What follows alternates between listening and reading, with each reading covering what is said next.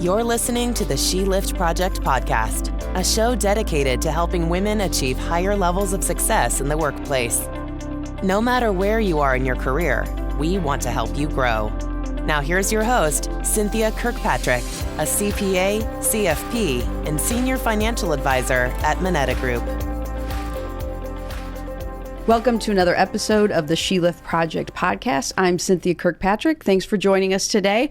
And we have Zoe Taylor. We're going to dive into, I think, business ownership, many different traits and skill sets that lead into real estate, marketing, negotiation, communication skills, and your background into really probably a niche area in real estate, which I would think many people would probably say, don't go into one area, one space, but yet probably has led to a lot of success. So I'm going to stop there so that eventually we can get your story and have you talk about it. But Zoe, thanks for coming today to talk about what you do and your whole story and just sharing it with everybody. Thanks for inviting me. I'm excited.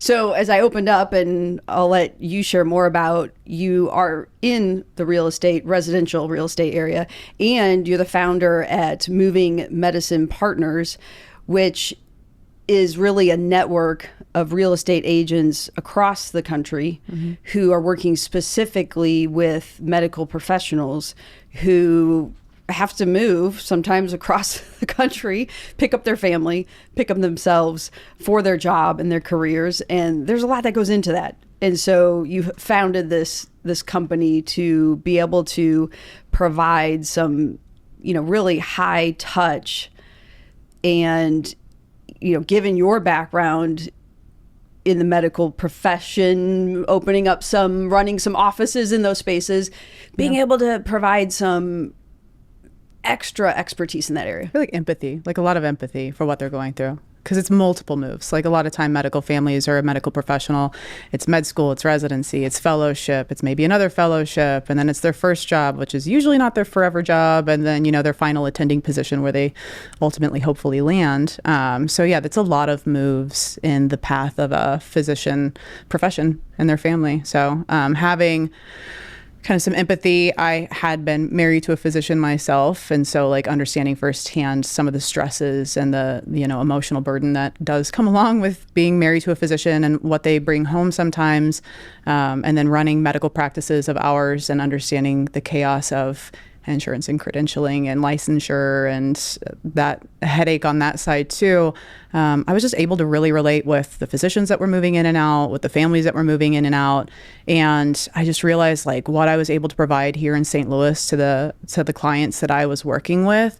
I wanted to be able to provide that on a national scale and see if I could bring up leaders and other people with the same kind of, lived experience that we've had in other areas to be able to provide clients when they're going anywhere.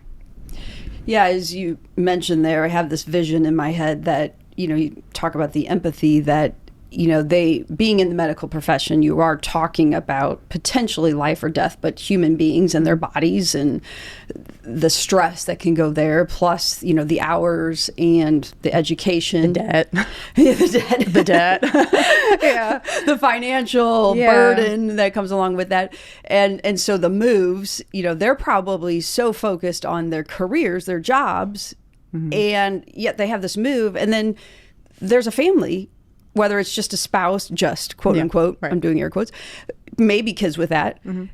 There's this move, and there's so much beyond just the job. There's this big old move that goes with it. Yeah. A lot of stress and probably anxiety and fears. And so that empathy and emotional side of it is probably huge. Yeah. I mean, our motto in the national company, Moving Medicine Partners, is we've been there, we've done that. We get it. That stress, that move, that burden. I'm generalizing, and I do stereotype somewhat when I work with physicians, whether it's between specialties and personalities. A neurosurgeon is not the same as a pediatrician. There's different personalities and different specialties, but then also just the nuance of these are brilliant people. Physicians are obviously super smart to go through med school and everything that they've done, but they've been so hyper focused on their job and their career path and the knowledge that they're trying to absorb that they don't have the greatest life skills usually. They don't know how to manage their finance. They don't know how to buy a house. They don't know what to budget for to suit their lifestyle and pay off the debt that they've accrued over the past, 8, 12 years or whatever it's been. So again, just the understanding and the empathy and the nuances of that chaotic life cycle. I don't know. It's been rewarding for me to be able to help in so many different ways. Yeah, I would imagine when you're going through those early stages of schooling, after going to get your bachelor's and do all that, and then all the extra schooling, and you're probably not making a lot early on, so you're scrimping and saving, and then you get that job and you're starting to make some money, and you want to live the lifestyle right away that you've worked so hard for, yet, you're going to school not to be a business major. Mm-mm. You're going to school to work on humans. Yeah. And so you're not being taught these other life skills. It's not your fault. You went to school for what you need to go to school for. Yeah.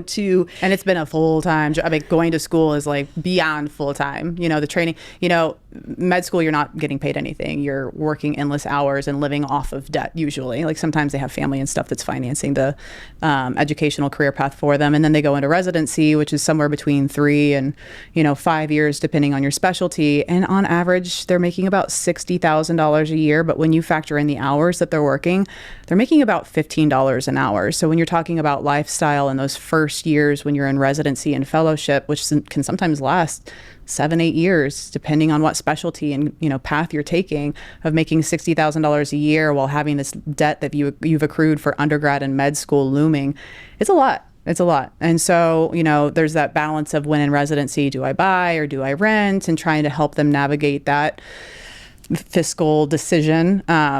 So I don't know. There's, like I said, lots of variables. And it sounds like you're delivering beyond just here's the area in the city you want to live, and here's the contract, and we'll negotiate, etc. It's those extra steps beyond that you're delivering. Yeah, listening and understanding what their goals are. I've had some really knowledgeable physicians that have kind of dove into this organization called White Coat Investor. Jim Dolly is the guy that founded it, and it is a website, podcast, information hub for physicians that want to learn business, financial responsibility, ways to set themselves up to pay off their debt faster, or set themselves up into investments that'll help them accrue money outside of, just seeing patients getting paid, doing a procedure getting paid, a little bit more residual income. And a lot of that is real estate based, whether it's investing in REITs or syndications, or if it's, starting single family or Airbnb or midterm rentals, having a spouse that maybe can qualify for real estate professional status to offset your taxable income. So lots of really great information, and even residents coming in that have kind of honed in on, okay, I know that financially I need something outside of medicine that I can have additional source of income or backup income, or I want to invest responsibly. And I've had residents that come in and buy a multifamily home to live in and rent out so that they can, what's the word for it? Whatever.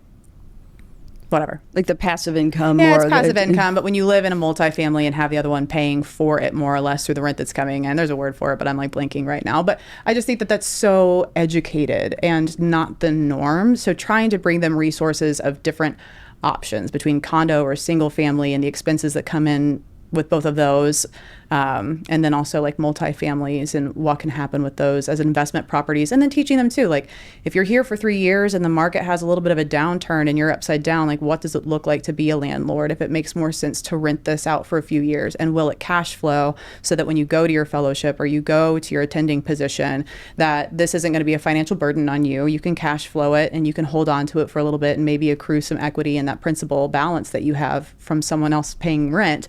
And is this something that you'd be willing to do when your training ends and you're ready to move on? So it's just a lot of conversations about future planning, current situation, how much time do you have to take care of a single family home, and some of the risks that are pertaining to that. I'm talking a lot about residency right now, just because St. Louis has we have 2 big medical schools, SLU, BJC, or SSM, I should say, BJC, and then also Mercy.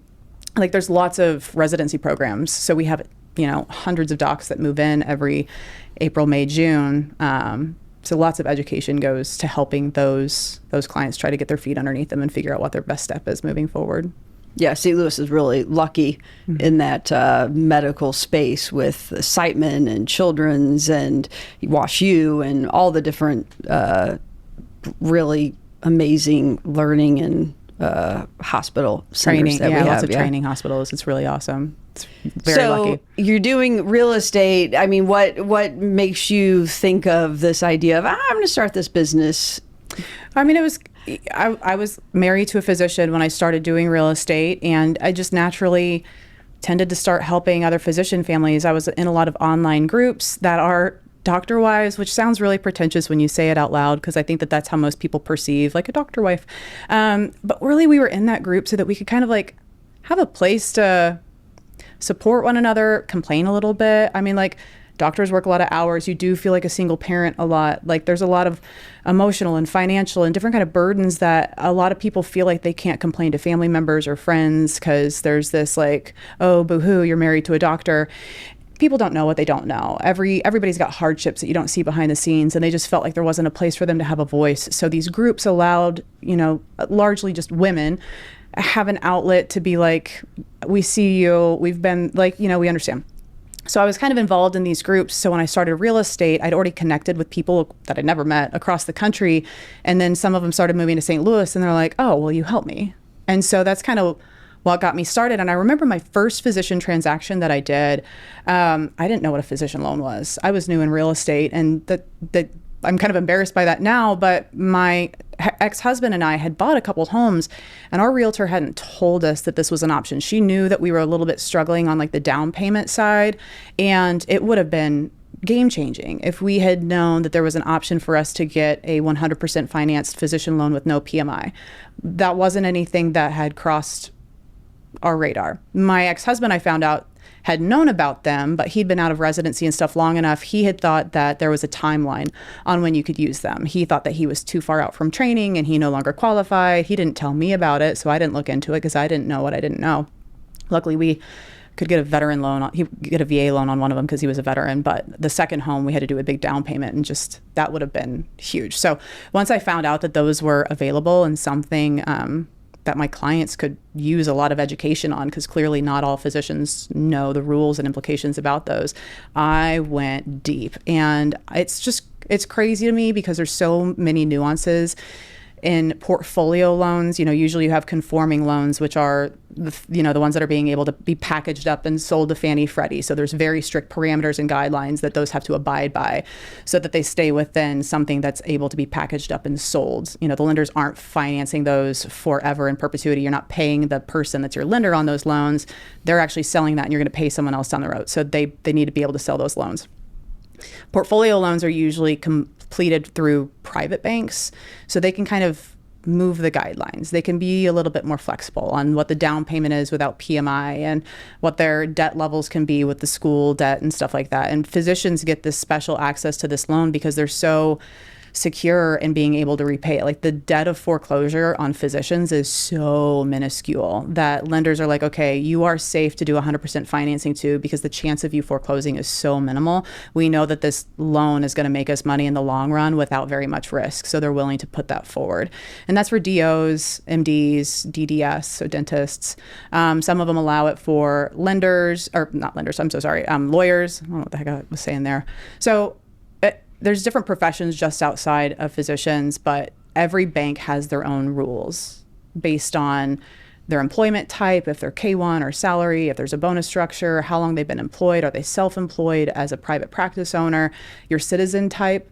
So depending on your visa status for different types of citizenship, some allow one and not the other. The interest rates are different. I've got a lender that will do 103% financing actually. So no PMI on 103%. So you can actually finance in the closing costs too, which is very rare. And I've got another credit union that will do a physician loan on a second home. So if you're wanting a vacation home, you can actually purchase a home 100% financed, no PMI on a second home. And that's very, very rare as well. So lots of different variables and nuances for every single lender.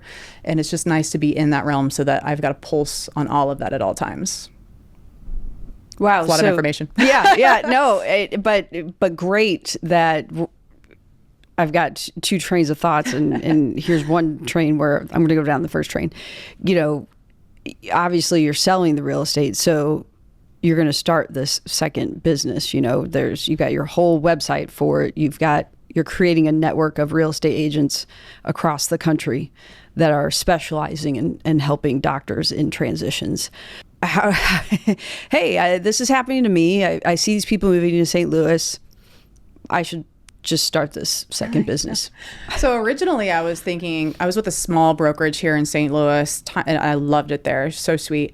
And I was thinking like, man, I should start my own like national brokerage across the country, having an office in every major city. That just serves the medical community so that I can duplicate myself and have that. And then I'm like, yeah, I'm like the visionary type. You know, I've got like all the ideas and the visions, but I'm not like the logistic plant. Like that just sounded terrible. Way too much management. I couldn't do that. So I'd seen another company that specialized in helping sports and entertainment professionals, so realtors that were really good at helping like high net worth sports and entertainment. And they had this referral company back and forth, and they had monthly meetings and brought in, you know, different professionals that could help them in their transactions.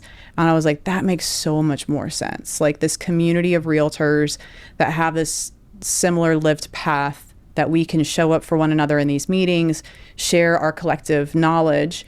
I could still provide the resources, the path, you know, the path. I can lay that out for how I became how I am here in St. Louis. I don't know, it seems like conceited to say I'm successful, but like I'm doing really well in a fairly short amount of time compared to most realtors. And I do think of this because of this niche. And so I'm like, okay, like I want to teach these realtors how to do this niche. So I just on a whim, after I joined Compass, started this website, paid someone to start the website, let's be honest, in like November, and I launched on January 1st. And Compass allowed me to have this platform where I sent out an email to, you know, a majority of the agents and was like, hey, if you know any physician spouse realtors in your office within Compass, I would love to be introduced because I'm starting this organization within Compass, and want to connect. And I'm not a Compass only organization. We've got Remax and Keller Williams and privately owned brokerages and everything across the US, because Compass isn't everywhere. And I want to be able to serve physicians wherever they go. But it really helped launch this organization. And I probably had like 200 applications, and 75% of them weren't physician spouses, but they wanted to have access and be a part of this. But I've really kept it ultra niched to being physician spouse realtors, and then also put barriers in place for anybody that wanted to be a member, had to be married to a physician or engaged to or in a life partnership with, but they also had to be experienced. So there was a huge vetting and interview process where we would see how much volume have you done, how long you've been doing this, what do you know about physician loans, like who's the lender, you know, how educated are you as a realtor? There's, like I said, 15,000 realtors in St. Louis. The amount that are full-time is very small. So I want to make sure that who I'm sending these physicians to not only have the empathy piece down because they're married to physicians, but they also have the experience, so I can trust them to be able to take care of them and get the contracts through, to fruition with professionalism. That sounds like a lot of work already on somebody who has kids. Yeah. 3 kids. Yeah. And who you have the full-time real estate job. Yes. Very. Did you do this by yourself? I mean, Compass had the system to allow you to do that, but you're having Compass didn't really help me at all. Compass had an organization that I called the leader of it and was like, hey, can I kind of like pick your brain so that I can duplicate whatever it is that you're doing? Like, how do you do membership? How do you onboard? What's your process? And I didn't really love everything that they were doing, but I loved enough of it that I was like, okay, here's a blueprint. At the time I was married, and so I did have like a support system at home that was helping me with the kids for the most part. And real estate was busy. Luckily, I kind of started it in that November where the fall market kind of takes a little bit of a dip. I have a problem with that. I start getting slow. Like right now it's September. And I'm starting to get into a lull, and I'm like, ooh, I've got all these things that I've been wanting to do. Let's start a bunch of projects. And then I get back into full swing again. I'm like, oh no, now I'm overloaded and my plate's too full. So I feel like that was one of those things, but I don't regret that one. That one was a dream and a vision that I'd had for a very long time, and being able to bring together this organization. So we're up to about 85 agents right now. Lots of people in the wings that I'm waiting to, help them get the expertise so they can join. Some of them aren't quite qualified in their transaction volume, but I do try to provide resources to them to like, hey, I want you to succeed. I want you to be in this organization. So maybe here's some tips and tools that you could grow yourself right now while you're waiting to get qualified to be in our organization. We do monthly meetings in regards to training for them, which I think is one of the things that draws them to be a part of this organization. We give them tools and resources like Canva templates that they can recreate for their own cities as relocation guides so that they can put information specific about commute times to hospitals. I've done polls here in St. Louis to attendings and residents of like, what neighborhoods are you living in, so that there's a graph that I'm not steering people to and from neighborhoods, but I can say, out of 100 physician families that I've interviewed, these are the neighborhoods that they're predominantly living in, depending on which hospital, and it'll kind of list which hospital they're in. So I'm trying to give them firsthand data of like other physician families. What else? Physician lender information in the relocation guide, just like whatever we can give. Templated stuff for social media. And then in regards to, like I said, the educators coming into these monthly calls that we're hosting for the agents in this organization, I've had like physician contract attorneys come on. I've had different physician lenders come on. I've had, syndications that specialize with real estate investment so that we can try to teach these agents, because I've got clients all the time reaching out to me like, okay, like I want to get into investments. Like, tell me what you know. And I do know quite a bit because I do it firsthand.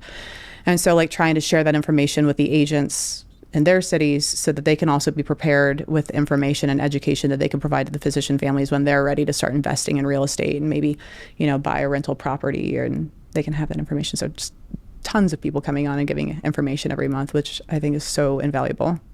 That sounds like a full-time job in and of itself. I have an executive assistant. I love her so much. So about 8 months into the organization, I posted in the local physician spouse group here in St. Louis. And I was like, I really need some help. I'd really love to hire someone in this group if someone's if someone's in residency and needing a job, like whatever.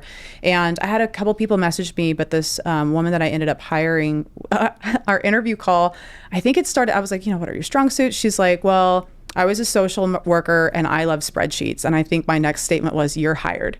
Because I was like, that sounds exactly what I need right now. Like interpersonal skills and organization, like those two things combined would make my life just so much easier. And she has been a godsend. I love her so much. I adore her. She's getting ready to go on maternity leave. And I'm like, what am I going to do without you? But like, she is the best. So she's been huge in helping me organize the national organization. She really doesn't do much for me locally. I mean, yesterday she planned an event for me that I just had to show up for Physician Family Day, actually.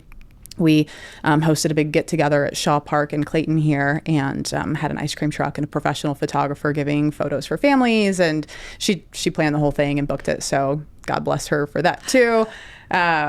But yeah, no, she's been huge in updating the website, onboarding new agents, managing the referrals that do come in and out of the organization.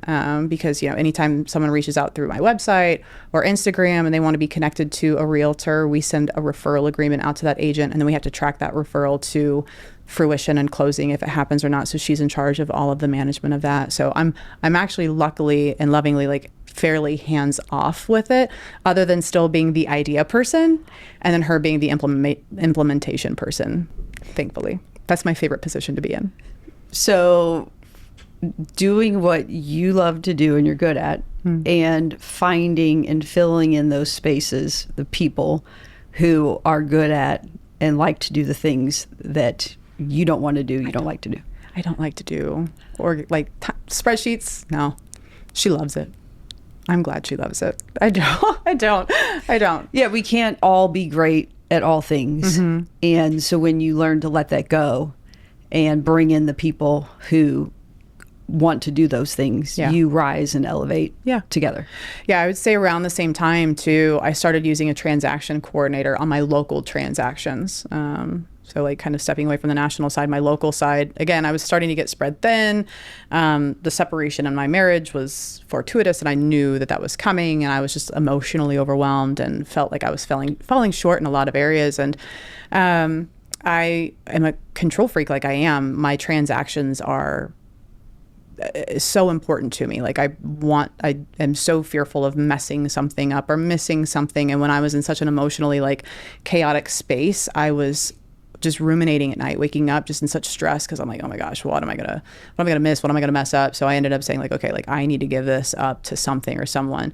So I've had the same transaction coordinator for several years, and it's like I still get to do the things that I love, the client facing education, the psychological portion of getting through the contracts and working through the problems, because I love that. Like problem solving is like my favorite thing. When I can bring something together that seems impossible, like there's nothing more rewarding than that.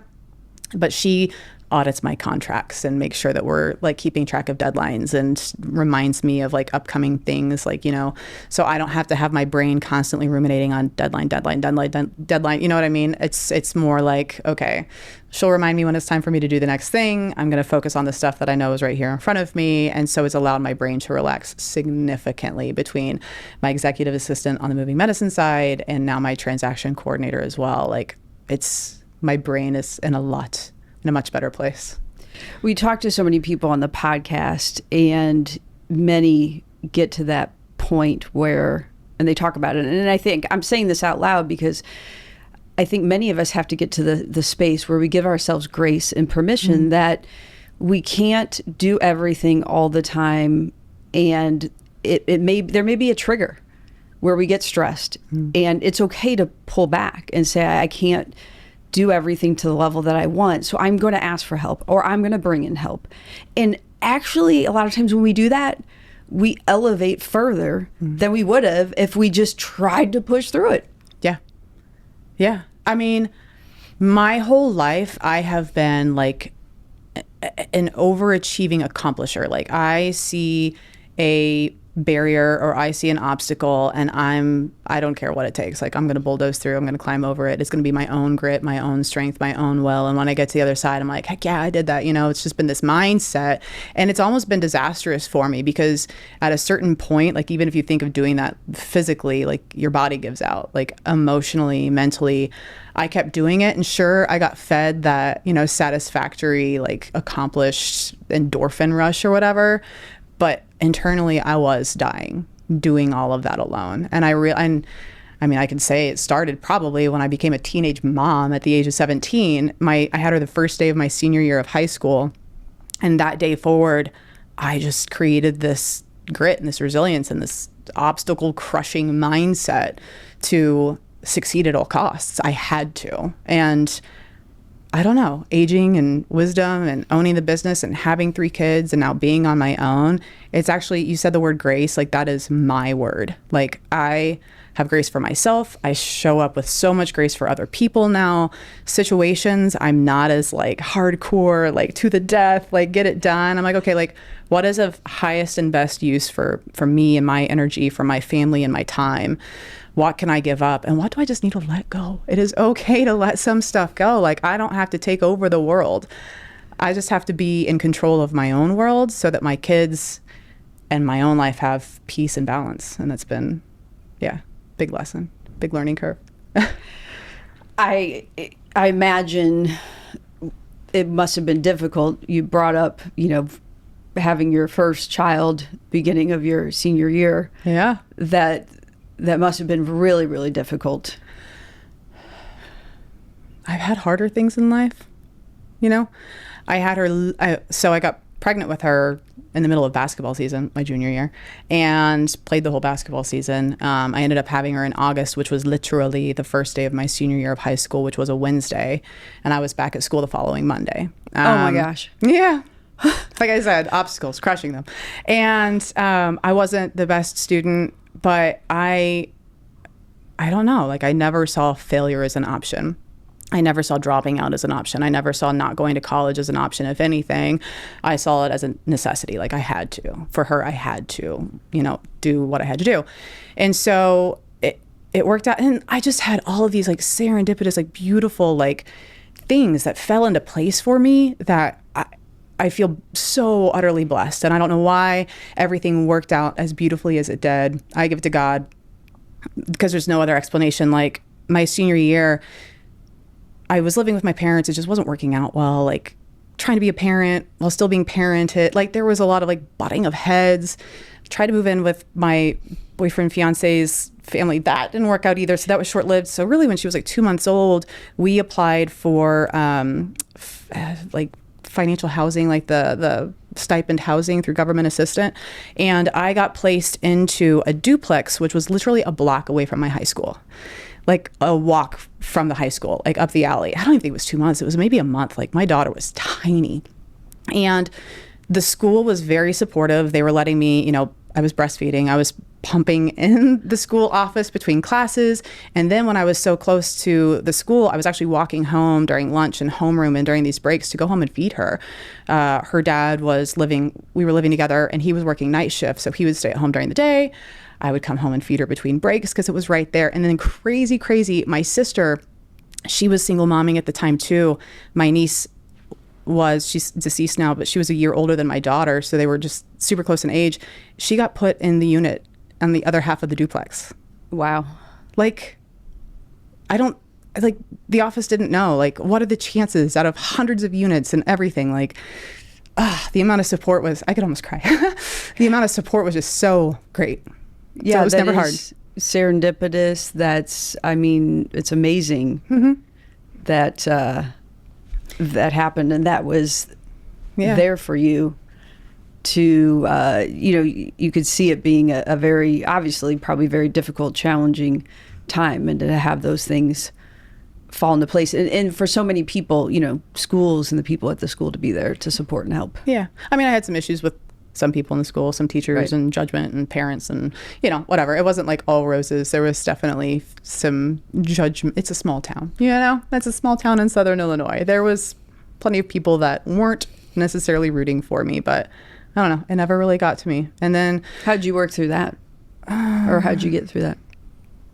I really just ignored it. I think the most hurtful thing, and I've got grace for it now, but I really wanted to play basketball my senior year. Like, that was my sport of choice. For those who could, like, you're sitting, but in many people may just be listening on, they're in the car or whatever. Like, you're really tall. I am tall, yeah. So, and not that all tall people have to play basketball, because I know that's not true, but you're really tall, so I'm sure. It was fun. Right. Yeah. It was like a little bit of an aggression outlet. Like, really loved defense. I was terrible at offense, but loved getting out there. But my coach was understandably angry at me because I had been pregnant the previous season. And when I, signed up to play, they pulled me into the office and was like, you can be the stat girl. They're like, you really need to stay at home with your child, he and the principal. And I was embarrassed and angry and ashamed. And I didn't push back because I was just, I don't know, so hurt by it. Well, honestly, you're still a child. I was a kid. Yeah. I was a kid. So there was a little bit of resentment for sure, like some anger that built up there, but I've let it go because I can understand from their perspective, like what they were thinking, what they were saying, and they wanted me to focus on my daughter, and they weren't wrong, but I don't think that they understood the support system I had and what that would have meant to me to have accomplished that on top of in the long run. So that was, I don't know, just took age, time, wisdom to get through some of that. But for the most part, like my friends, parents and stuff like that, they were really kind. They were really gracious. But what was really fun was my senior year, because I knew I was having her. So I was just like, I'm going to take like the easiest classes I can, bare minimum, just get through, whatever. So I signed up for these classes, and one of them was called Building Trades. And our high school would fund the purchase of land. And we had an instructor, his name was Mr. Upton, love that guy, that would take this group of kids to this lot, and we would build a house from the foundation up. And that year, just like next door to the high school, they bought this land, tore down the house, and we built this house. And there was only 2 or 3 girls in the class with me. And I was thinking, I grew up around it. My dad was an HVAC contractor, electrical engineer. Like, they built, my mom and dad and my granddad built the home that I grew up in, like from top down. So like I was kind of around it, or knew that it was possible. And I was just like, oh, this will be interesting and easy. And it ended up being like the best class I've ever taken. Like, I framed walls, the trusses, we couldn't get a crane in, so we actually had to flip trusses, and no one would get up on the roof with the teacher. So it was me and the teacher up there securing the trusses and like pulling the sheathing up, because none of the guys wanted to get up there. And it was like so empowering to be in a position to, I don't know, do something that like guys do and learn this trade. I bought my first house straight out of college when I was doing my internship near St. Louis. It was over in a small town called Dupo, Illinois. bought this house for like $25,000. And then with the knowledge that I had between my dad, like rewiring it, finishing the basement, installing a fence, like doing the roof, I could do those things. And so I saved a ton of money. And when I sold it a couple of years later and made a decent profit on it, I was like, man, I'm so glad I knew how to do all of that, because if I'd paid like astronomical amount of money, but yeah, I refinished the floors, I redid the kitchen, like I just did like everything from top down, framed some closets in.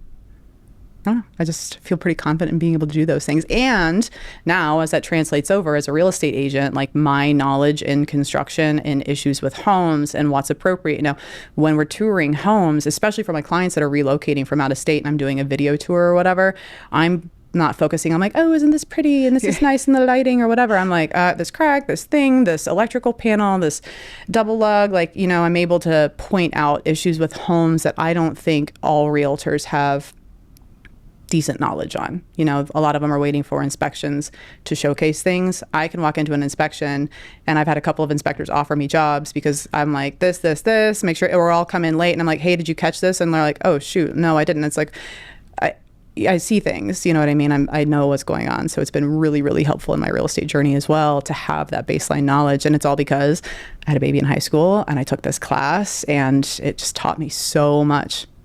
Yeah, one of my questions was going to be kind of going back in time, which you kind of brought us there, was, okay, the class in high school you can rely on is super helpful. But, thinking about college and all of that, I mean, did you always know? I mean, did you have this thought like, I'm going to be in real estate? Or looking back, like, did all of this align? Or, going to college, what did you study? I know. Yeah, no, never had real estate on my mind. I was exposed to it. My parents were business owners, HVAC contractor. My mom owned a pool and spa store. Like, entrepreneurs run in my family. So I've always seen that like self-ambitious mindset.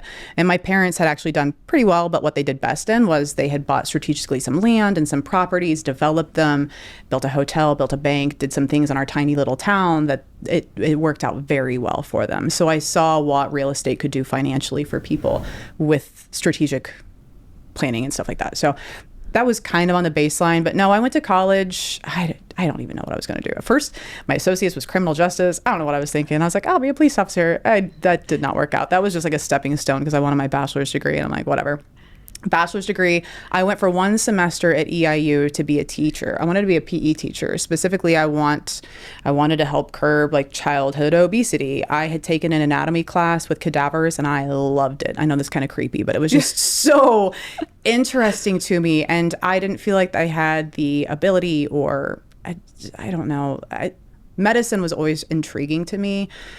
But with Lexi, I did allow that barrier to kind of like hold me back from pursuing that. I just felt like really, really just not the direction that I necessarily wanted to go timeline-wise with my daughter. So I was like, okay, like I'll be a PE teacher and I'll help curb childhood obesity through this. And my very first semester was awful. Like there was I don't even, some kind of dance class that I had to take, but it was like performative dance where I had to like be a tree and be a butterfly. And I was just like, whoa, this is not a fun course for me. That's not, I don't like that.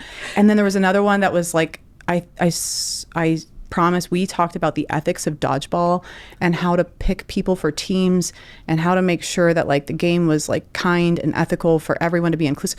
And I get that, but it was like literally like this like PE I just couldn't do it. I was like, this is awful. This is not helping. This is not what I want to do. So I actually dropped out of the education course like track and switched over to kinesiology and exercise science. I'm like, okay, if I'm going to like fight childhood obesity, I'm going to understand biomechanics and kinesiology and nutrition, and I'm going to forge ahead on that.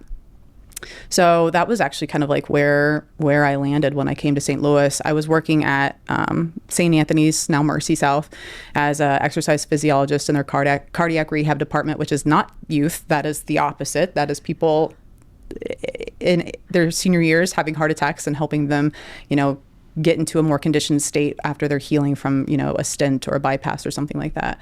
And then I was coaching CrossFit and working at a retirement community. Again, not youth. After I got married, I started a nonprofit that finally I was able to really focus on the youth facet. So I'd been coaching CrossFit. I had actually gotten my kids CrossFit certification, and I'd started a couple of kids CrossFit sections within boxes, which is what you call like a CrossFit, like workout place is a CrossFit box. And when I started my nonprofit, I was like, okay, this is what I want to do. I want to fundraise to get fitness equipment into schools for their PE programs. And I want to pay to certify these PE teachers in CrossFit, because I had my degree in kinesiology. I'd gone and done some PE courses, and I'm like, they don't know how to do a squat. They don't know how to do a proper pull-up or push-up. They don't know, they just didn't know form and function and, the biomechanics of things. And I had learned so much when I'd taken my CrossFit certification courses. And I was like, I want to give them that knowledge that they can bring back to their students, and then give them the equipment so that their students can benefit from it. So I was able to outfit in Lindbergh schools. Sperring Middle School has a big fitness program that I helped write curriculum, educated the teachers, got them certified. And then also my hometown, Flora, I did the same thing. And it was short-lived because then I started my real estate career. But I was really happy that I got a moment in time to be able to pursue that dream, but none of it related to real estate at all. Not even a little bit. But I imagine, starting the nonprofit, and that's, starting a business, an organization, and there's some learning and then fundraising and building relationships there. So there's probably pieces and components, but that, again, that ability to go back to getting on that roof and knowing those things is huge in what you do today. Yeah. So long journey to get to real estate. And real estate just happened financially. My ex-husband was a private practice owner, and financially, just like the practices weren't doing well. They weren't like profitable. And I hadn't known that. I had a 2-month-old and a 2-year-old at home. And then my older daughter, she was like 12 or something at the time. And so I was at home taking care of them, stretched kind of thin. And he approached me and was like, I've been keeping this on the reps, hoping that tides would change, but we're kind of struggling right now. And I'd really it'd be super helpful to the family if you would get a job. And I'm like, what am I going to do? I could do personal training, but that's 5 a.m. to 9 a.m., 5 p.m. to 9 p.m. daycare for a 2-month-old and a 2-year-old. That makes no sense. I couldn't see what he wanted me to do. I was like, I don't know what you want me to do. Nothing makes sense in what I could make and what would be able to offset that expense and, the sacrifice of time away from my children. I'm not going to do it for a net even. That makes no sense. And so he was like, why don't you get a real estate license? And I was kind of like, why? And we'd bought and sold a couple of homes, and had a really good experience with the real estate agent in Missouri that we'd used, especially compared to one that I'd used in Illinois, that it was a disaster transaction. And that agent did not help. And I was just resentful of her. I was like, she sucks. And this other one kind of renewed my faith in, realtors. I'm like, okay, that's awesome. So I got my real estate licensed and went and worked for that person that had helped me buy and sell those homes. That's how much I valued her integrity. And the rest is history. It was beginning of 18 when I got licensed. That year I helped a couple of family members, and that's it. And then 19 is when I helped my first physician families. There was a few of them, and that was a chaotic year. There was a huge tragedy in my family. I had a couple of surgeries. I'd been hosting a girl from Belize that had come and lived with us for 8 months to get surgeries at Shriners Hospital. So I was back and forth at the hospital nonstop. So 2018 into 19, I didn't do a lot of real estate. I was just super focused on this little girl, Hayden, and my babies, and the tragedy that my family endured and losing my niece. I talked about her earlier. And but it was kind of cool because right after we lost my niece and I was in this mental spiral of just pain, real estate really picked up. And it was almost this beautiful distraction from the other chaos that I had. It was a new kind of chaos. And simultaneously, I think I was giving the eulogy at my niece's funeral beside her grave. It was crazy. And I go back out into the crowd, and my ex-husband leans over and he's like, hey, just so you know, this employee just quit. And I'm like, what? And he's like, she just quit with no notice. I'm going to need your help tomorrow at the office. So I had to step up and run one of his offices. And in doing so, audited a bunch of stuff, saw where a bunch of money was missing. So I was like cleaning up stuff on that end. All of a sudden, real estate was getting busier. And then by the time I was like emotionally healed from the trauma of losing my niece, COVID hit. I was like, oh my gosh, just the hits keep coming. But when COVID hit, it was the same time that residency match happens. So third or fourth week of March every year, every fourth year med student opens a letter and reads this letter to tell them where they're going for residency. They have no idea. And then they have like 2 or 3 months to get settled. Well, in this particular year, no one could travel to see what they were going to move into. So I was driving all over the city doing video tours for all of these clients that were moving to St. Louis that don't know, they've never been here, they don't get to see, and they were buying stuff sight unseen during COVID. I mean, the interest rates were great, so you might as well take advantage of it, I guess. It was cool too. My daughter was 15 at the time, and it was like a zombie apocalypse out there. There was like no cars on the highway. So I had her driving me. I was like writing contracts, answering phones for my ex-husband's office, scheduling appointments that he was doing, video calls in his office, doing video tours. She was just my chauffeur, and she got so much experience driving. She's a great driver now. Yeah, it's serendipitous you brought up earlier. It's interesting how these things unfold. Yeah, there's been a lot of that in my life. I'm very grateful for it. So it's 2020. Yeah, real estate. You go from a couple years prior, just get your real estate license, to 2020 unfolds, and the real estate world, I think I did 20 transactions that year. Blows up. Yeah. I go from doing like 2 transactions to like 7 transactions to like 20 transactions while the world is off and the practice is closed and all the employees are laid off and my kids are at home. And I loved that year though. That year was like this crazy grind that when I stopped and turned around at the end of the year, I was like, how did we do that? Like, how did that come together? That shouldn't have come together, but it did. Again, that serendipitous just like thing that works out makes you feel really accomplished at the end of it. And then 21 grew and 21-2 grew. So I've just done nothing but growth since then. So it wasn't just the COVID boom. I feel like that was the footing to start the trajectory and momentum, but I've had growth year after year since then. Even the past couple of years where there's been significant downturn in the number of sales and real estate, like I just continue to grow, and it's been awesome. It's been a blessing. What do you attribute that to? What do you think? The medical community is super loyal. Like they are very loyal. And if you treat them well and if you're part of the family, they recommend you to everyone. I don't really pay for any advertising. I don't do any marketing really. I've got my social media outlet, I guess. But even that, like I'm not super active on. I'm just kind of busy. It's just, I don't know, that personal relationship that I have with my clients. They use me again. They recommend me to all of their friends. That's just been how I've grown, and it feels good to do it that way. I'm not paying for Zillow leads or anything like that. It's just, I try to treat my clients well. I try to support them during and after the transaction. And I think that reflects in their ability to trust me and recommend me to their friends and family. Through these processes and pivots and flexing and changing, what are some things you've learned along the way? We said the word grace earlier. A lot of grace for myself, for others. Letting go of that control from trying to dictate how everyone's going to react and how every situation and outcome is going to be. Of course, I like in real estate being able to weave that to an extent. I feel like it's Play-Doh sometimes that I'm like, okay, like this is how I want it to go, so this is how I have to push it here. But just realizing like people are going to people and you're not going to please everyone. And that's okay. Because at the end of the day, like I'm doing my best. I know I'm doing what's best for them and my kids and my family. And I mean, that's it. People are going to people. People are going to people. I like that. You can't control it. And, and some days I'm done peopling. I get home and I'm like, I can't people anymore. I'm peopled out.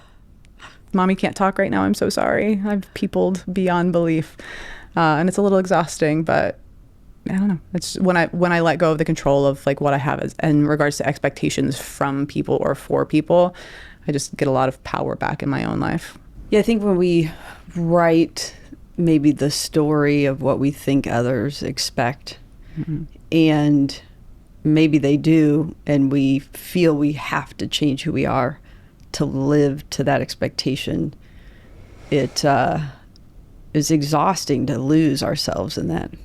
Yeah, that goes in life, in marriage, in friendships, in family. I mean, I've lost myself a lot over the last few years, and over the last year and a half, I've found myself again.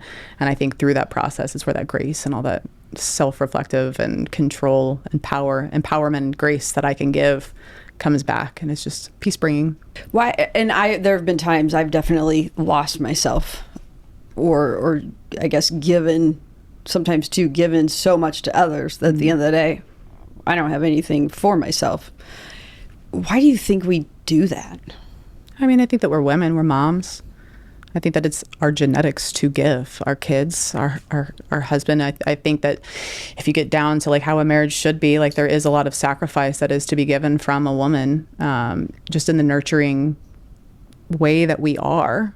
We want to care for our kids. We want to make their life more comfortable. We want to give them a safe place to be. And if you're an entrepreneur, we want to give that to our clients. We want to make people feel valued and nurtured and loved and cared for. And you're giving yourself constantly. That's my perspective. I ask because, one, this isn't about me talking, although sometimes I probably do talk too much. The husband in the corner, don't say anything. But two, I recently, a couple weeks ago, had probably sort of a crying moment with the family that I have left at home, one kid at college, had that same sort of like, I've given, and I feel just a shell and unseen.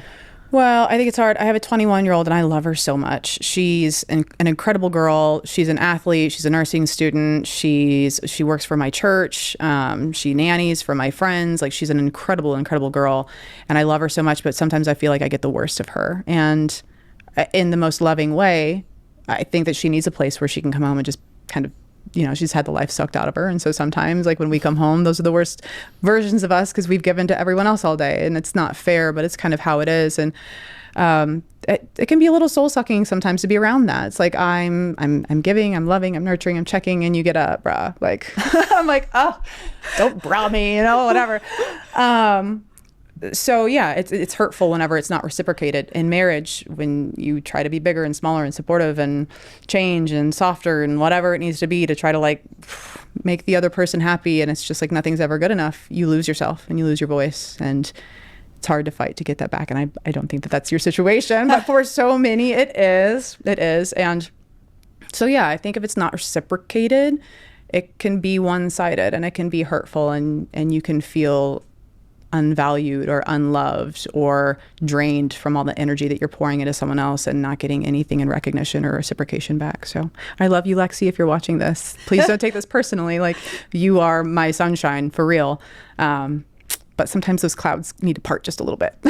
Well, and it's funny because my sister had, she's got kids around our age and another one younger, but the parents as teachers person said, like, kids will naturally behave worse with their parents because they feel safe. Like, you're not going anywhere. You're going to be their parents. And it could be that they're tired from behaving all day long. And she's tired. She is tired. Right. And so, like, you're their safe place. Mm-hmm. You're going to be there no matter what. So that makes sense. Makes a whole lot of sense that sometimes our closest people see the venting and maybe the worst sides of us. Maybe not fair, but it happens. And I've definitely seen that. And it happens over time. And maybe we get in those ruts with the people we love the most. And we maybe have to call it out and work on changing that. And I also think what you discussed, and I've seen it with myself, and probably every relationship has it to an extent, where over time it happens so slowly that you don't even know it's happened, that some of that light is gone, and you're not your full self. Yeah. And sometimes it takes, oh man, I can remember the moment. I was like kind of like rehashing some of the stuff that I'd done and experiences that I'd had and things I had endured. And I remember having this visualization of like being on the other end of this football field and turning around, and I wasn't even on the football field anymore. Like, I'd moved goalposts so many times, and like my expectations had been lowered, and I'd done everything that I could to change and modify and accommodate. And sometimes it's just like you have to hit that moment where you're like, this needs to change. Whether it's pivoting and restructuring perspective and your approach, or if it's just, putting a barrier in place and having boundaries, or just like removing whatever that situation was or person was that was doing whatever. Yeah.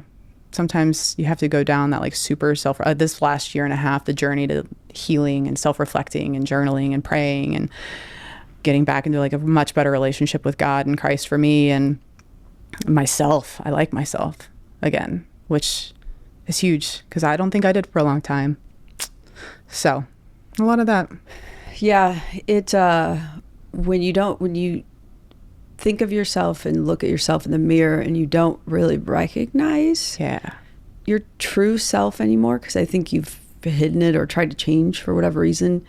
And I think also the question of, well, what am I doing wrong? I must be 100% doing something wrong. So if I just work a little bit harder, if I just stay a little bit more silent, if I can hold out a little bit longer, because like I just need to be a little tougher. Oh, I was a martyr. I was like, I can endure. I was, obstacles, overcoming. We talked about that. Whatever. I'm a martyr. I can endure this. I can accept this. I can carry this weight. I can carry this burden. I can hide this thing going on, whatever, in my life and my dialogue. And man, it's hurt. And then I was showing up at home in my worst version. My kids were getting my worst version, and my patience was thin. And I was angry. I was super angry. I was not in a good place, and I was giving everything that I could to my clients because I needed that for survival. And so they were getting the best part of me, and I was coming home and my kids were getting the worst. And I'm glad that is no longer the case. But it's hard. It's hard navigating this world as a mom. It's a lot of pressure. And now as a single mom, like, oi. Yeah. And I think, it's already hard enough to sit down and take the time to say, hey, I love myself. Because I don't know, for whatever reason, it feels weird. Like, feels uncomfortable. So uncomfortable. And the quiet that comes when you're alone. Like, quiet is so hard. It was so funny. I was just talking to my best friend. She's a single mom, incredible photographer with her own women empowerment photography business, actually. And she had gone through, we both went to like these like weekend retreat, like self-heat, like whatever, like hers was like a women driven one. And they'd done this exercise where you picture your happy place, you walk through a door and you see yourself, like, what do you see? And she saw this version of herself, and she was just like so uncomfortable with it because I don't know, she just didn't recognize who she saw, and she didn't see herself in that way. And it's so funny because I had a very similar experience the same weekend where I had this weird like third body perspective visual of myself, and I felt loved, and I was like, that's weird. So I don't know, it was really cool for both of us to be like, oh, we're kind of struggling with liking ourselves right now, but like we should, and we're great. And so now we're both on this journey of like saying like, oh wow, yeah, I like me. I'm okay here. And that might even be a good point to share, that even having somebody in our lives to remind us like, hey, it's okay to tell yourself that you love yourself. It's not weird. Yeah. No, I think it's necessary, if anything. She and I are in this group of about 10 other women that all own businesses here in St. Louis. And we meet to go over business development. We pray with and for each other. We show up for each other when we're like needing something. And it's that core group of women that I've had over this past year that's been very empowering and made me recognize that I'm good. Like I'm good. So I don't want to project my own story onto others, but I would imagine there are many who have gone through something similar, where they've felt they've lost themselves. They felt they don't recognize themselves.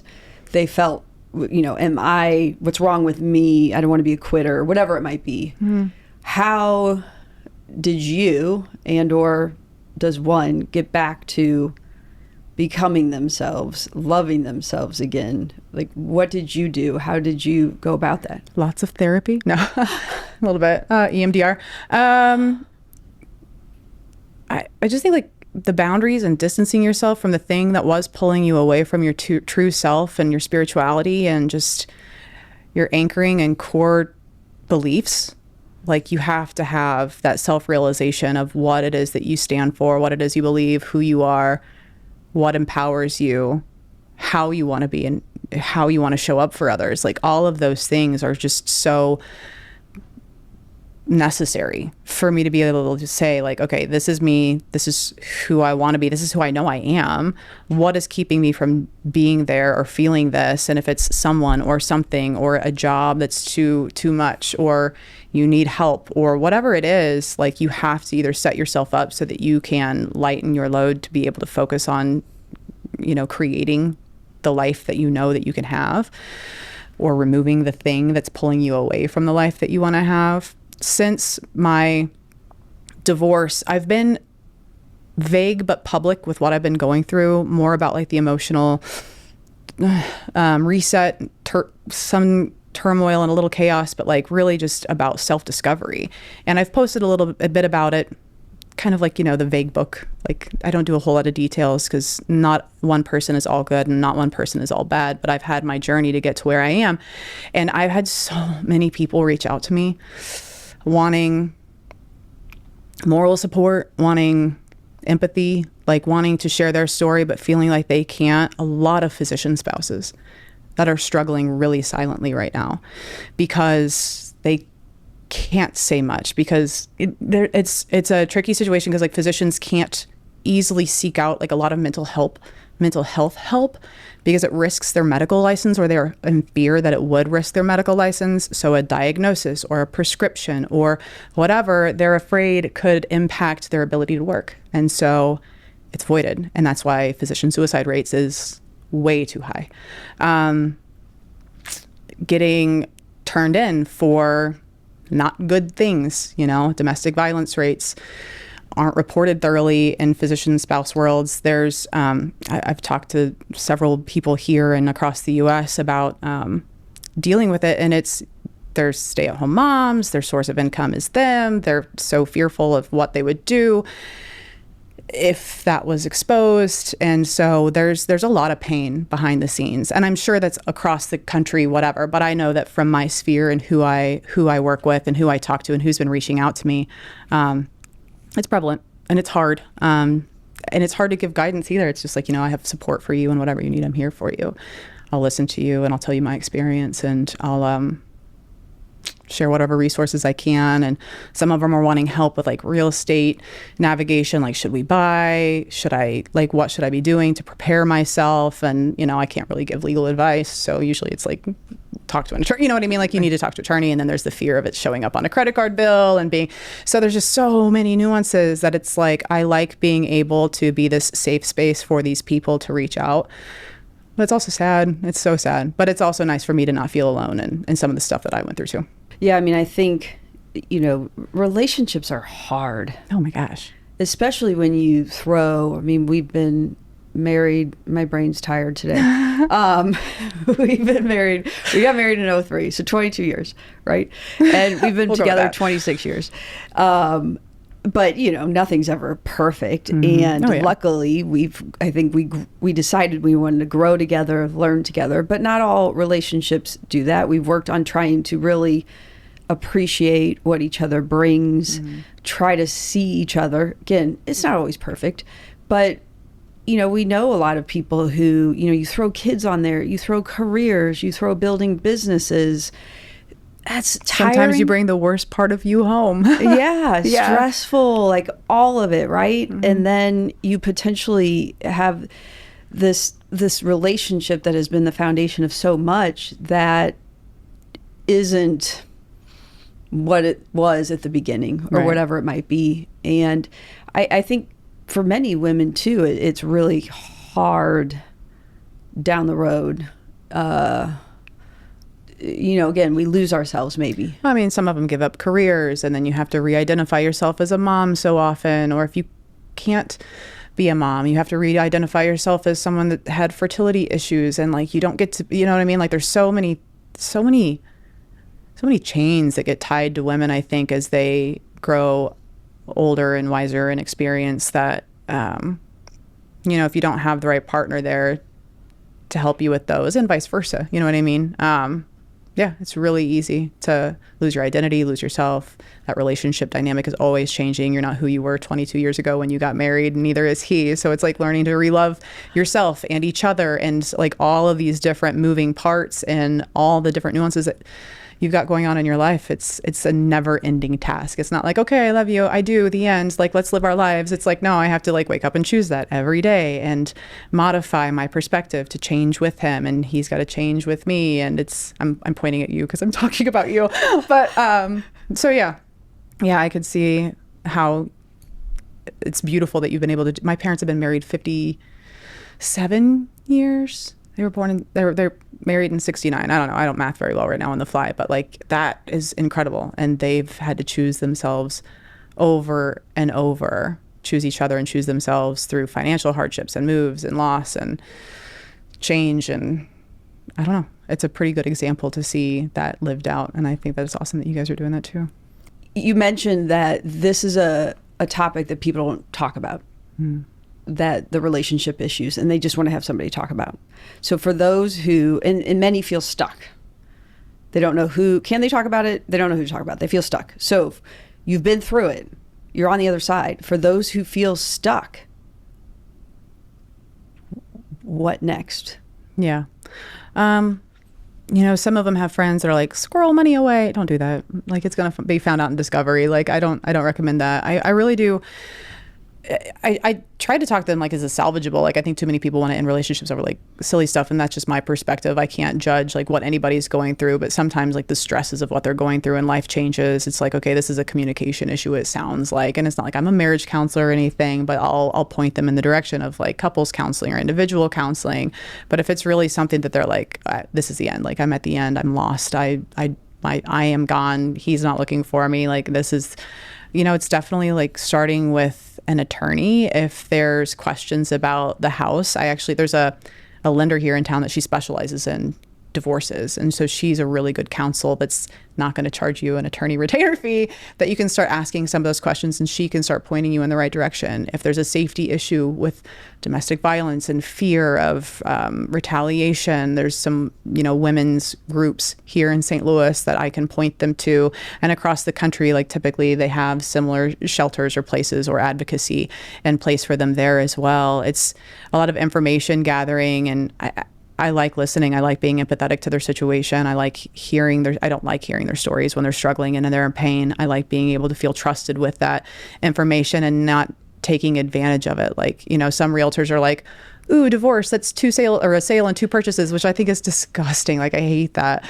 I actually have quite a few listings right now out of nowhere. I have quite a few listings right now that are divorce listings. And I'm like, is this what my experience now? Like, I don't really want this. It's a lot of stress. It's a lot of emotional burden on me to be able to navigate those transactions, but it's also kind of empowering to be able to protect both people's hearts and assets and timeline and nuances. But yeah, it's definitely about trying to find the best way to provide. And I'm, of course, like I'm saying this from the perspective of like the woman, like I have a lot of empathy for the women that are going through this. Stereotypically, it's like, you know, the income is lower on the wife's side and they've got more fear. And this is just my experience of the conversations that I've been having with people reaching out to me, is it's the women having some struggles.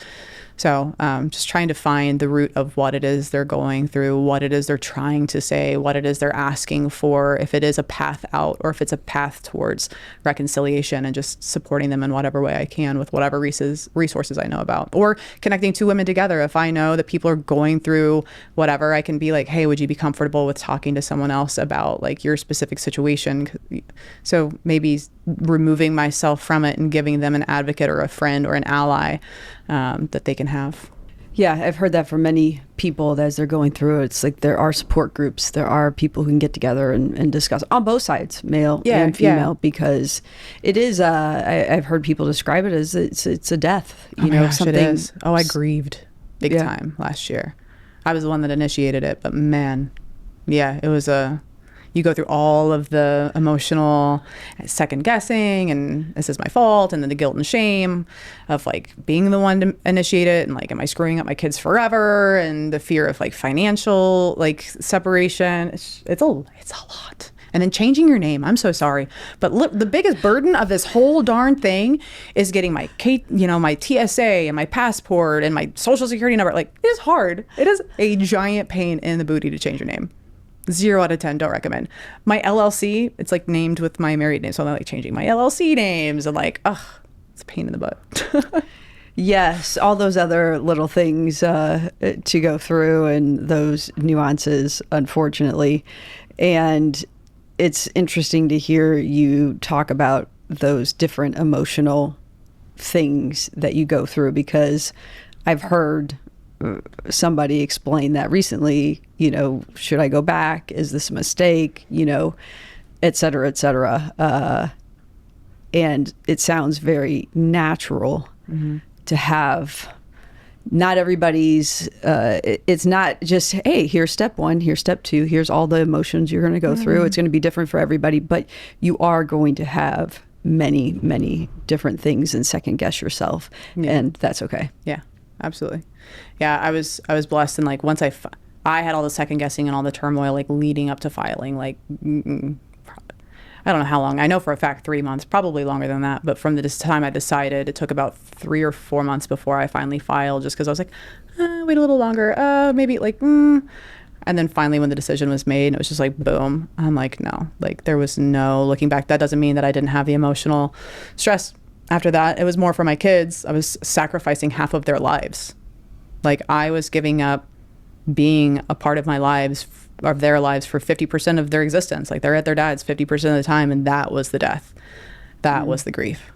That and like, 10 years of just pouring into something that just like I felt like was very taking from me, and that's not true. It wasn't all bad. There was quite a bit of good. But yeah, the death of having my kids with me all the time was the biggest. And from what I hear from a lot of women reaching out and friends and stuff like that, they're like, well, I don't want them to be there half the time. I'm like, well, Missouri is very much a 50-50 state unless there's a significant reason to prove otherwise. Like good luck fighting for anything other than that, because he has a right to the children too. And, not unfortunately, but fortunately for many. And that's a lot. That's awful. Yeah, you take it for granted, I think. And I say you, the euphemistic you, that you're there and your kids are there in the morning. Even if, like this morning, I didn't even see the one because she was getting ready for school, but, she's there. I know her presence is there. I know where my kids are. You take that, I think, for granted. And so I could see that being a very difficult thing to go through. Yeah, and then you cling to weird stuff, like our house. I was clinging to that thing. I was like, I'm keeping this house. And then we ended up selling it. And it was like the biggest emotional relief. Like all the negativity that was kind of like that was bred in there and stuff, I felt like I sold along with the 4 walls. But you just like, I don't know, there's like gross parts of you that come out, like cavity. I finally got to this point where I'm like, okay, like I can let that go. Money, I can let that go. The house, I can let that go. I can sell this rental property. Like I can, cave on these things. I just kept telling myself, I had this mantra. I was like, it's the cost of freedom. Like I've been wanting my freedom. This is the cost. And not everybody's in a position where they have a profession where they can roll over and just concede to everything or certain things. There's a lot of people that have to give pushback. Otherwise they're getting taken advantage of and steamrolled, and that's not quite fair. But for me, I was really blessed to be in a place professionally where I could just be like, you know what, that's not a battle. That's worth it. It's not a hill I'm going to die on. Like, does it benefit me? No, but it's not. That's the cost of freedom, and I can let that one go.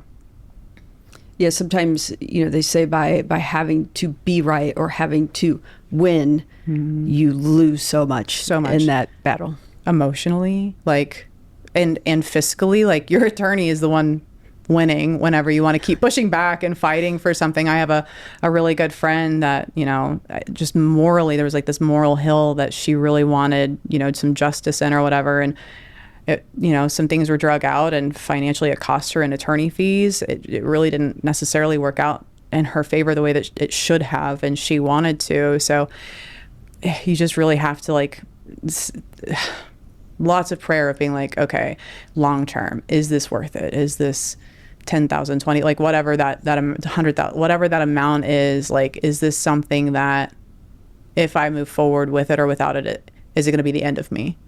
Like, what would be the end of me is this process dragging on. Like, I was blessed. I filed in February. It was done in July. And that was with multiple businesses, multiple real estate investment properties, lots of disentanglement. But it was just, it needed to be done. I'm not going to put up a big fight on a whole lot. One session of mediation, and it was done. And I think that's, a good mantra, a good story for life in general is, what is that cost of freedom? What is that fight and that stress worth? Sometimes it is. Sometimes it is. Well, it's like real estate. A lot of times it isn't. Yeah. It's like real estate transactions, like on inspections. There's like a GFCI outlet. It's $100. Are we going to die on this hill? Please say no, because that would be really dumb if we do. So it's like, talking, I think honestly, like having gone through so many real estate transactions and negotiating so many terms and, contingency issues that have popped up helped me navigate. I didn't really think about it before like that, actually, but like I really do think that helped me navigate my separation and my divorce in like a really big way, because it was kind of business, you know what I mean? It wasn't like my personal vendetta or a grudge or anger or hate driving me. It was like, this is a transaction. Here are the variables. These are the multiple paths. These are how they could end. This is ultimately the goal that we want. But if we're in some range of gray around that specific outcome, I'll be content and happy and satisfied with moving forward and bringing this contract or disillusionment of contracts to fruition. When we were talking through the whole story, clearly issues leading up and a lot of work and self-discovery. You had talked about being, I don't want to put words in your mouth, but sort of being in this new person, in this new space, in this almost this new future. It's beautiful. There's so much talk right now about like masculine and feminine energies, and I've really like gotten into that a lot, just because I have been masculine, single mom at 17, pursuing, achieving, overcoming, accomplishing. Like I was like Xena warrior princess, like fighting my way through this life, and I became a little masculine, and then not being myself and feeling like I had this armor on all the time in my marriage to protect my heart, but that hardened me from the outside world too. So again, more masculine. And I just feel like I've taken all of those layers of hardness off of me. I feel like I've allowed my faith to come back and be fully restored. And I feel such a peace with my relationship with God. I feel this beautiful peace with my children that I'd missed out on for several years when I was just angry and bringing my worst version home. I'm back to being, I'm not even back to being, I am, maybe for the first time, because I've been struggling, to fight through this life for so long, at being able to be this softer version of myself that I've never allowed myself to be. For myself, for my kids, for my employees. Some of it's delegating. Like I said, I've got some employees. I have a team now with agents on my team that can pick up slack if I need to leave town. I've got a chef in my home that cooks my food for me every week, because I bought back time so that I could be more present with my kids, and the burden of making dinners at night isn't stressing me out. Like I've realized where I need to give myself grace, where I need to ask for help, where I need to stand up and just be empowered. And it feels really good. I think the testament that people are reaching out to me for support emotionally has finally gotten me to a point where like I feel strong enough and also loving enough to be able to give myself in this way to someone that I've been in their shoes, and I can see them for what they're going through, and I have enough footing and stability and like this cornerstone in my life to fall back on, to offer support and to offer that love and to offer that grace that so many gave me when I was going through the same thing. So it's a portion of giving back, just being myself. Like I feel like I'm my true self of who I was always meant to be, with no more grudges, no more anger, no more chips on my shoulder, nothing to prove. I'm just showing up for me and my family in a really beautiful way for the first time. And it's freeing beyond belief. Sounds like for those that may be going through something difficult, work, home, friendships, whatever you want to call it, that if you are in that difficult spot, you may have put on a lot of armor to protect yourself. And you may have this fear of taking that step of what you're about to go through. So scary. It will be tough. Absolutely. There's no clear timeline. There is hope. And with some work and some support and, talking through with people, you can come out on the other side and still be, masculine, meaning, grit, work hard.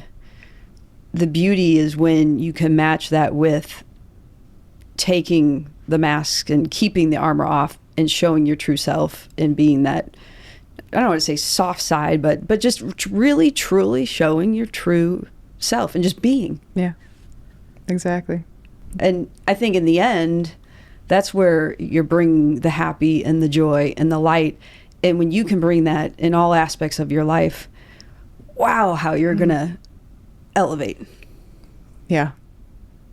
And even if it's not like financially or business, it's family, it's time, it's relationship with friends and family and finding love. You know what I mean? Like I know what I want in a person now because I know who I am as a person and what I'd be willing to sacrifice and what I would not be willing to compromise on.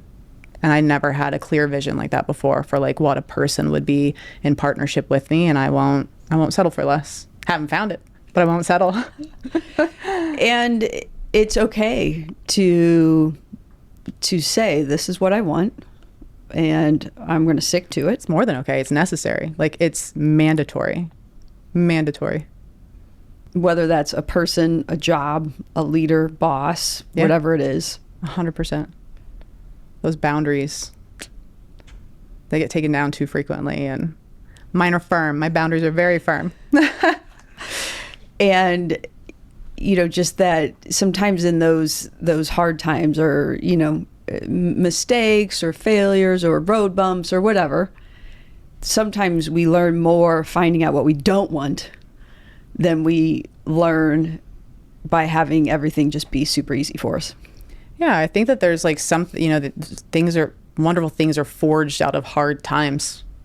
Like if someone's had a really easy life and not a lot of chaos or not a lot of trauma or burdens or hardships, I know it sounds horrible, but it's almost hard for me to relate with someone, which everybody's gone through something. Like I can't imagine a world, but sometimes I do meet people where they're like, everything's been easy and soft and like I haven't really experienced anything hard, and it's hard for me to relate because I'm like, one, that's beautiful. I think that's awesome. But also like, how do you learn perseverance? How do you learn this grace? How do you learn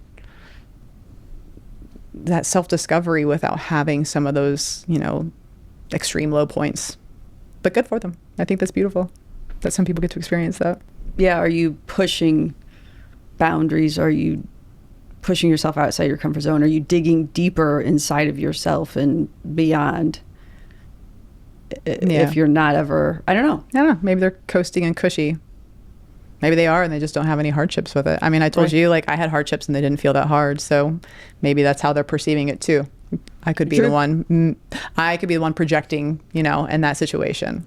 So. And yeah, some hardships for others are debilitating. And for some others, it's like, hey, I'm going to prove. Fuel to the fire. Exactly. Yeah. For sure.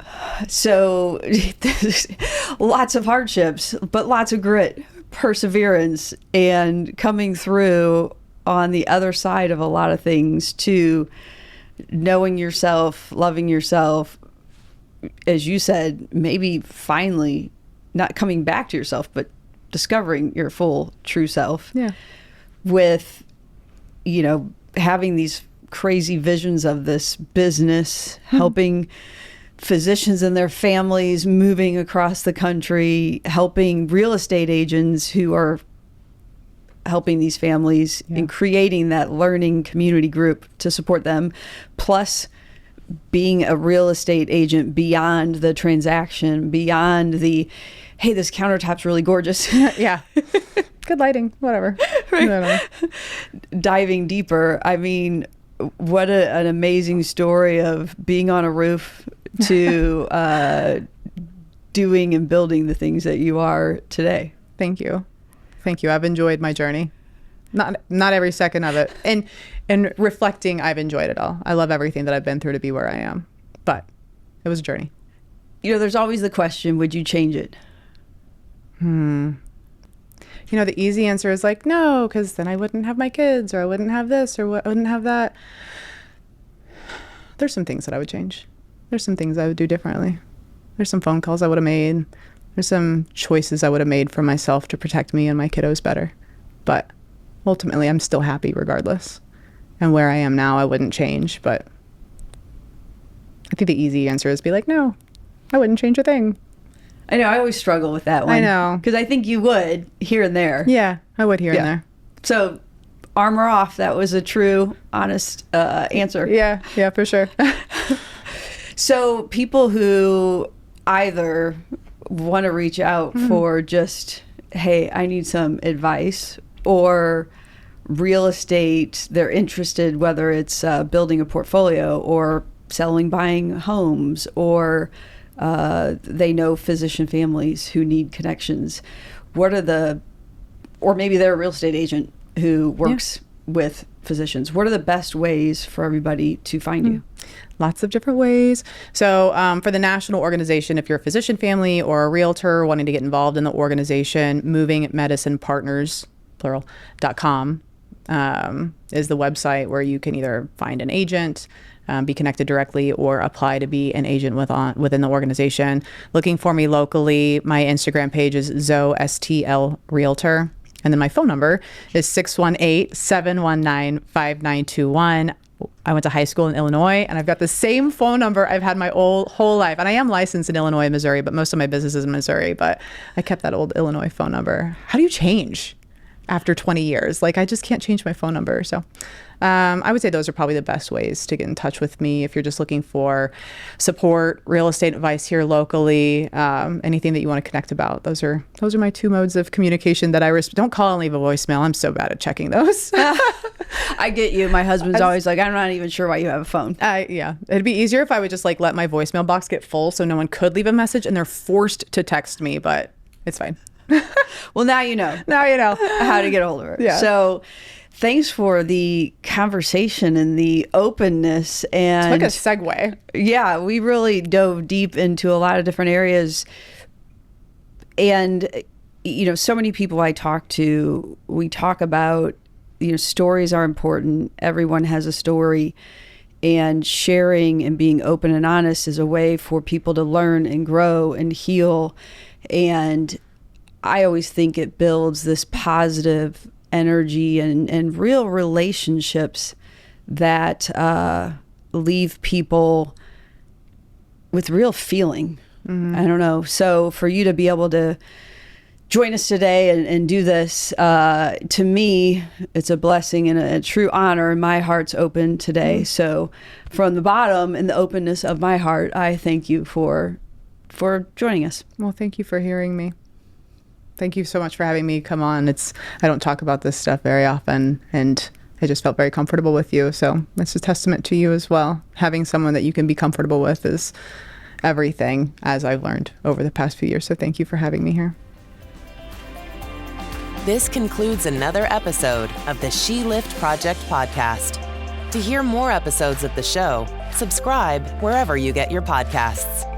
And to learn more about our mission of helping women reach higher levels of success, visit sheliftproject.com and sign up to receive the latest news, ebooks, videos, and more.